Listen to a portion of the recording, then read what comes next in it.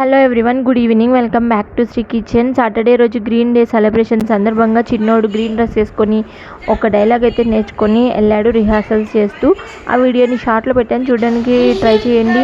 అయితే వెంటనే నెక్స్ట్ పిల్లల్ని స్కూల్లో తింపిన తర్వాత మార్కెట్కి వెళ్ళి చూస్తే అక్కడ ఫ్రెష్గా మనకి చిక్కుడుకాయలు అనిపించాయి. సో ఇవి కూడా గ్రీనరీగా ఉన్నాయి. సో పిల్లలు బాగా గుర్తుపెట్టుకోవడానికి ఈరోజు గ్రీన్ కలర్లో ఉండే ఒక వెజిటేబుల్ తీసుకొని చేయాలి అనుకున్నాను. ఆ సందర్భంలో ఈ ఫ్రెష్గా ఉన్న చిక్కుడుకాయలు అనిపించాయి. సో వాటిని తెచ్చి వెంటనే ఈనెలు తీసి కట్ చేసి సాల్ట్ వాటర్లో ఇంకా నార్మల్ వాటర్లో ఈ విధంగా వేసి అయితే క్లీన్ చేసుకున్నాను. చాలా పురుగులు వచ్చాయి, చాలా జాగ్రత్తగా కట్ చేసుకోవాలి చిక్కుడుకాయలు అనేవి. ఇంకా ఇందులో ఉన్న పూర్తి వాటర్ని అయితే తీసేసుకొని పక్కన పెట్టుకుందాము. 2 సార్లు వాష్ చేసుకున్న చిక్కుడుకాయలను అయితే పక్కన పెట్టేసుకున్నాము.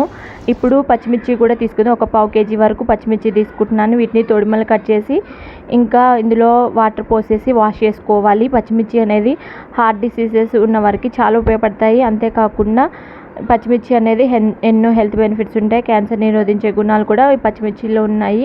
ఎన్నో ఆరోగ్య ప్రయోజనాలు ఉంటాయి. మనము తిన్న ఆహారాన్ని డైజెషన్ చేయడానికి కూడా ఈ పచ్చిమిర్చి అనేది ఉపయోగపడుతుంది. మనకి డ్రై పచ్చిమిర్చిలో వాటర్ కన్సిస్టెన్సీ అనేది ఉండదు. సో మనం ఈ పచ్చిమిర్చిని తీసుకున్న మనం తినే ఆహారాన్ని జీర్ణం చేయడానికి కావాల్సిన రసాలు అనేవి పచ్చిమిర్చి నుంచి వస్తాయి.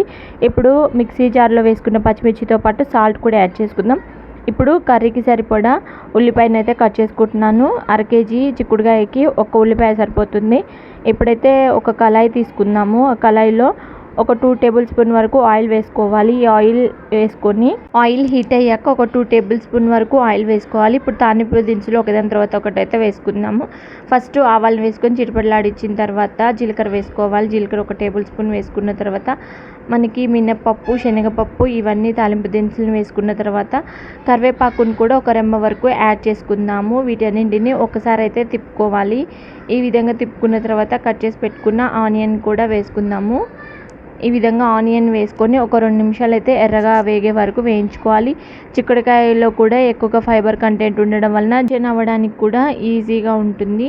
ఈ చిక్కుడుకాయలో ఫైబర్ ఉండడం వలన ఇప్పుడు పసుపు, కొంచెం సాల్ట్ కూడా యాడ్ చేసుకుందాం. ఈ రెండింటిని యాడ్ చేసుకొని ఒక 2 నిమిషాలు అయితే తిప్పుకోవాలి. మనం యూజ్ చేసే ప్రతి వంటలోనూ పసుపు అనేది కంపల్సరీగా యూజ్ చేయడం వలన యాంటీబయాటిక్ గుణాలు ఉండడం వలన మనకి ఎన్నో హెల్త్ బెనిఫిట్స్ లభిస్తాయి. దీంతో ఇప్పుడు మనము మిక్సీ జార్లో పట్టుకున్న పచ్చిమిర్చి పేస్ట్ని కూడా యాడ్ చేసుకుందాము. ఈ విధంగా యాడ్ చేసుకున్న తర్వాత ఒక 2 నిమిషాలు అయితే తిప్పుకోవాలి. దీనిలో ఉన్న పచ్చివాసన అనేది పోయి ఆయిల్ అనేది కొంచెం బయటకు వస్తున్న టైంలో మనము బాగా కడిగి పెట్టుకున్న చిక్కుడుకాయ ముక్కల్ని కూడా వేసుకుందాము. వీటన్నింటిని వేసుకొని ఒక 2 నిమిషాలు అయితే తీసుకుందాము. చూసారు కదా ఎంత గ్రీనరీగా ఉందో చిక్కుడుకాయ కూర. చాలా ఫేవరెట్ కూర ఇది. చిక్కుడుకాయ కూర ఇష్టం ఉన్న వాళ్ళు తప్పకుండా పచ్చిమిర్చి పేస్ట్ వేసి చేసుకోండి, చాలా రుచిగా ఉంటుంది. ఇంకా ఆరోగ్య ప్రయోజనాలు అనేవి రెట్టింపు అవుతాయి. సో ఇంకా ఈ విధంగా ఒక 2 నిమిషాలు అయితే తిప్పుకొని మొత్తం ముక్కకి పచ్చిమిర్చి పేస్ట్ పట్టేలాగా తర్వాత ఇందులో ముక్కలు మెత్తబడడానికి కోసం మూత అయితే పెట్టేసుకుందాము. ఈ విధంగా సమానంగా పెట్టేసి ఒక మూతని ఒక 10 మినిట్స్ వరకు అయితే ఈ విధంగానే ఉంచుకున్నట్లయితే దానిలో ఉన్న వాటర్ అనేది బయటకు వచ్చేస్తుంది. ముక్క కూడా సాఫ్ట్గా అవుతుంది. సో దానికోసం అయితే మూత పెట్టుకొని ఉంచుకొని ఒకసారి అయితే ఇప్పుడు మూత తీసి చూసినట్లయితే మనకి ముక్క కొంచెం వరకు మగ్గింది. ఇప్పుడు ఒక 2 నిమిషాలు ఈ విధంగా తిప్పుకోవాలి. దీని తర్వాత మనము సాల్ట్ని యాడ్ చేసుకోవాలి. ముందే మనం సాల్ట్ని యాడ్ చేసినట్లయితే ముక్కలోని వాటర్ కంటే ఈ సాల్ట్ వేసిన వాటరే సరిపోతుంది. ఇంకా ముక్క అనేది ఉడకడానికి ఛాన్స్ ఉండదు. సో దానికోసం అయితే ముక్క ఉడికిన తర్వాత మాత్రమే ఈ చిక్కుడుకాయ కూరలో సాల్ట్ వేసి మళ్ళీ ఒక 2 నిమిషాలు తిప్పుకొని మూత పెట్టుకోవాలి. ఇప్పుడు సాల్ట్ అనేది ముక్కకు పట్టడానికి మూత పెట్టుకున్నాము. ఇప్పుడు టోటల్గా అయితే ముక్కకి పట్టేసింది. ఇంకా ముక్క కూడా సాఫ్ట్గా అయిపోయింది. ఇప్పుడు ఒక 2 నిమిషాలు తిప్పుకొని దింపేసుకోవడమే. అంతే అండి, ఎంతో టేస్టీ అయిన చిక్కుడుకాయ పచ్చిమిర్చి పేస్ట్ వేసిన కర్రీ అనేది రెడీ. చాలా టేస్టీగా ఉంటుందండి. మనం కారం కంటే పచ్చిమిర్చి పేస్ట్ వేసుకొని ఒకసారి ట్రై చేయండి, చాలా టేస్టీగా ఉంటుంది. అన్నంలోకి అయితే చాలా బాగుంటుంది.